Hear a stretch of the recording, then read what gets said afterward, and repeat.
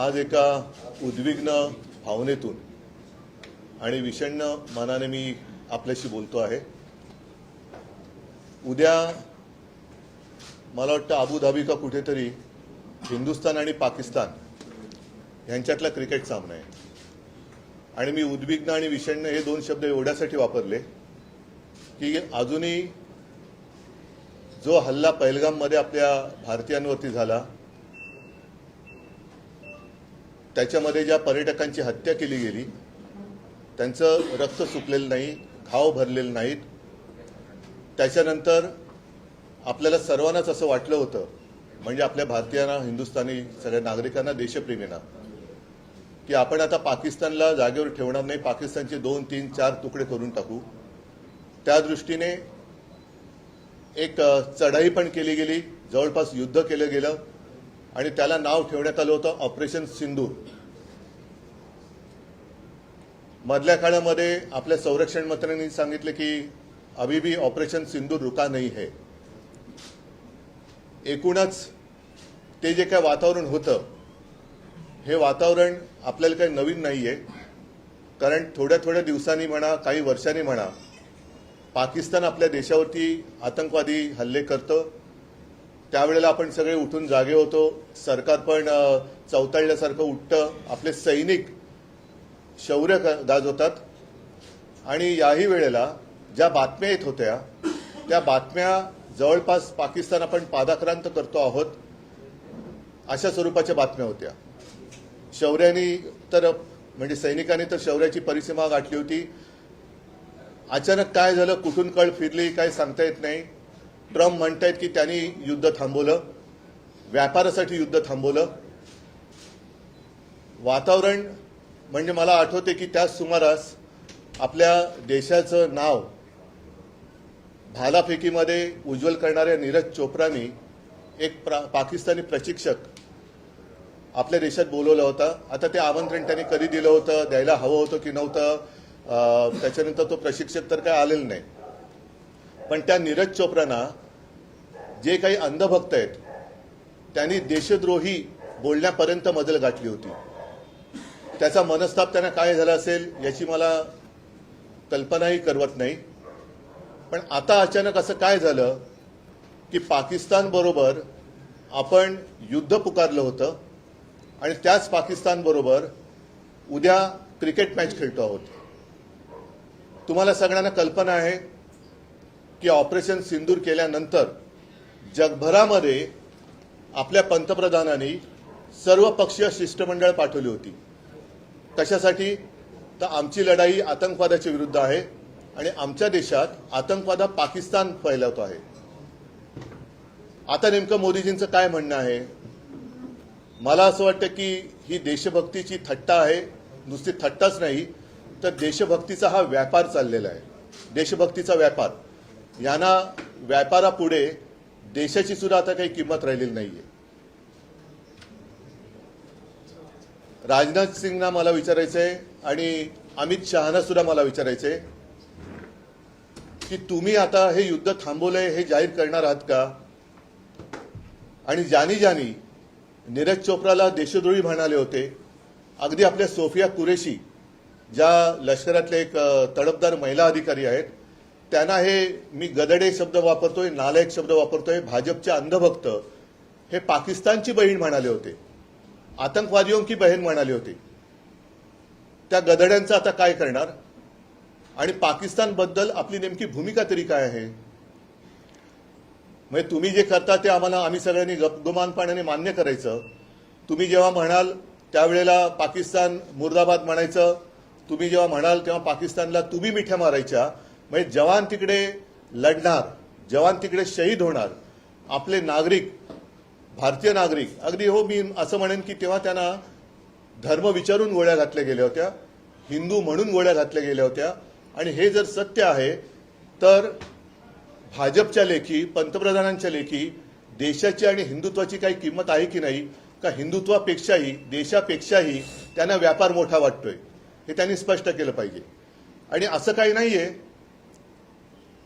की जे म्हणाले होते ना की खून और पानी साथ में नहीं बह सकता, म्हणून मी म्हटलं की असं काही नाहीये की एखाद्या खेळावरती आपण बहिष्कार टाकला म्हणजे काही लगेच जागतिक संकट ओढवतोय, अजिबात नाहीये. यापूर्वी सुद्धा अशा घटना घडलेल्या आहेत. मी तर म्हणेन ही अजून एक मोठी संधी आहे.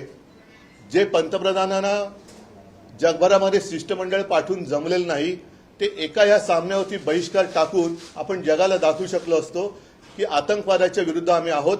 आमच्या देशामध्ये पाकिस्तान हा दहशतवाद फैलावतो आहे, दहशतवादी घुसवतो आहे आणि जोपर्यंत पाकिस्तान या कारवाया थांबवत नाही तोपर्यंत आम्ही पाणीच काय कोणतेही संबंध पाकिस्तानबरोबर ठेवणार नाही.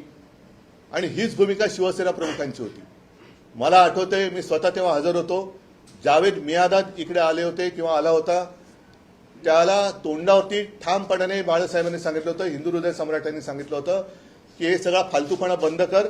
जोपर्यंत पाकिस्तान आमच्या देशाशी नीट वागत नाही तोपर्यंत क्रिकेट वगैरे मी माझ्या देशात होऊ देणार नाही. आणि मग मला आज खरोखर सुषमा स्वराज यांची आठवण येते. त्या परराष्ट्र मंत्री होत्या आणि आत्ताचे जे आहेत जयशंकर, नुसतं नावात शंकर आहे, बाकी काय करतात कल्पना नाही मला. जयशंकर, कसला जय आणि कसला शंकर. हे जयशंकर तेव्हा त्यांचे मला वाटतं अधिकारी होते, सेक्रेटरी होते. त्याच्यानंतर दुसरं जे म्हटलं जातं की त्यावेळेला सरदार पटेल हे पंतप्रधान हवे होते. मला तर असं वाटतं की आज सरदार पटेल हे पंतप्रधान पाहिजे होते, कारण सरदार पटेल जर का असते तर आजपर्यंत पाकिस्तान शिल्लक राहिला नसता आणि पाकिस्तानबरोबर क्रिकेट खेळण्याचाही प्रश्न उभा राहिला नसता. आणि म्हणूनच मला आता तुमच्या सगळ्यांच्या माध्यमातून तमाम देशवासियांना एक आवाहन मी करतो, म्हणजे विनंती करतोय. उद्या शिवसेनेच्या वतीने आम्ही एक निषेध तर व्यक्त करतोच आहोत. हा निषेध राज्यभर होईल. मी तर म्हणेन संपूर्ण देशात जे जे देशभक्त आहेत त्यांनी हा निषेध केला पाहिजे. या हल्ल्याचं किंवा आपण जी पाकिस्तानवरती चढाई केली होती त्या हल्ल्याला प्रत्युत्तर म्हणून जी चढाई केली होती त्याला हे नावं चांगली ठेवतात, ऑपरेशन सिंदूर, मग ऑपरेशन महादेव. आता उद्याच्या मॅचला यांनी काय नाव ठेवले हे त्यांनी सांगावं. पण घर घर सिंदूर ही एक मोहीम ते राबवणार होते, हर घर सिंदूर, भाजपवाले. आणि त्याचा तीव्र निषेध झाल्यानंतर त्यांना ती मोहीम गुंडाळावी लागली. आता हर घर से सिंदूर हा मोदींना पाठवला पाहिजे. आम्ही तर पाठवतोय. उद्या रविवार आहे, उद्या संध्याकाळी मॅच आहे. उद्या सकाळी साधारणतः 11च्या सुमारास राज्यभर शिवसेनेच्या महिला आघाडीतल्या सगळ्या कार्यकर्त्या या मोठ्या चौकात जमतील आणि एक मोठ्या डब्यात सगळ्या जणी सिंदुराच्या पुढ्या त्याच्यात टाकतील आणि हे सगळे डबे राज्यभरातून मोदींना त्यांच्या पंतप्रधान कार्यालयामध्ये नजीकच्या पोस्ट ऑफिसमधनं, कारण त्याच्यात खाजगी कुरिअरने ते जात नाही, त्याच्यामुळे ते जे काही अधिकृत मार्ग असेल त्या अधिकृत मार्गाने पंतप्रधान मोदींना हर घर से सिंदूर आता उद्या आम्ही पाठवणार आहोत. मी सर्व देशवासियांना सांगतोय की आत्ताच ही वेळ आहे. ही वेळ अशी होती किंवा आहे, अजूनही आहे, अजूनही वेळ गेलेली नाही. मोदींनी दमदारपणाने सांगायला पाहिजे, नाही होगा, ये नहीं हो सकता. नाहीतर मग तुम्ही एका बाजून जाऊन गपचूप केक खाऊन यायचा आणि लढायला सैनिकाने जायचं. इकडे रस्त्यावरती देशभक्तीचे गाणे आणि पोवाडी, म्हणजे मी तर असं ती टाइम्स ऑफ इंडियाची बातमी आहे, थट्टा म्हणजे किती थट्टा करायची. आज टाइम्स ऑफ इंडियामध्ये बातमी आलेली ही की आता गणपती झाला, आता नवरात्री येत आहेत, विक्रोळीला भाजपच्या माध्यमातून मराठी दांडिया, मी आजपर्यंत तरी गुजराती लेझिम ऐकलेलं नाही पण मराठी दांडिया ते करणार आहेत आणि त्या मराठी दांडियाची थीम ही सिंदूर असणार आहे. एवढा निर्गुणपणा, एवढा निर्लज्जपणा. म्हणजे तिकडे माता भगिनींची, म्हणजे आपल्या भगिनीच, तरुण मुलींची तिकडे सौभाग्य उजाडलं गेलं. ते दृश्य तुमच्या माध्यमातून जी काही दिसली ती अजून देखील डोळ्यासमोरून हालत नाहीयेत. त्यांचा आक्रोश आजही कानामध्ये आपल्या घुमतो आहे. आणि हे निर्लज्ज देशभक्तीच्या नावाने सिंदूर वाटप काय करतायत, दांडिया काय खेळतायत. मग उद्या जे जे त्यांची मॅच बघायला जातील, एक गोष्ट मला जरा दिलासादायक वाटते की दरवेळेला हिंदुस्थान पाकिस्तानची मॅच म्हटल्यानंतर काही मिनिटांमध्ये तिकीट विक्री हाऊसफुल व्हायची. आणि आजपर्यंतची जी बातमी आहे की अजूनही म्हणावा तसा प्रतिसाद या मॅचला मिळालेला नाही. मग मला मोदींना प्रश्न विचारायचा आहे की तुमचे सगळे आंडूपांडू लोक आजूबाजूला बसलेत, म्हणजे अगदी बीसीसीआयचे जय शहा सुद्धा जर नीरज चोप्राला तुम्ही देशद्रोही म्हणणार असाल तर उद्या जय शाह तिकडे गेल्यानंतर जय शाह सुद्धा देशद्रोही आहे का याचं उत्तर आम्हाला पाहिजे. आणि जी लोक क्रिकेट मॅच बघायला जातील ते देशद्रोही आहेत का? उद्या जी लोक टीव्हीवरती मॅच बघतील ते देशद्रोही आहेत का?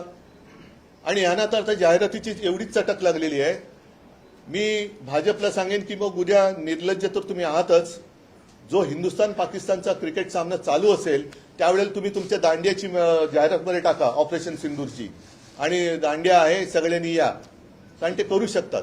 हा एवढा सगळा कळस बघितल्यानंतर आम्हाला असं वाटलं होतं की एक कणखर पंतप्रधान आपल्या देशाला लाभेल म्हणून आम्ही तेव्हा त्यांना पाठिंबा दिला होता. पण आपली विदेश नीती सुद्धा ही सरपटणारी ठरलेली आहे. अतिशय म्हणजे बुळबुळीत गुळगुळीत पाठकणाहीन असं हे सरकार आपल्याला काही न्याय देऊ शकेल.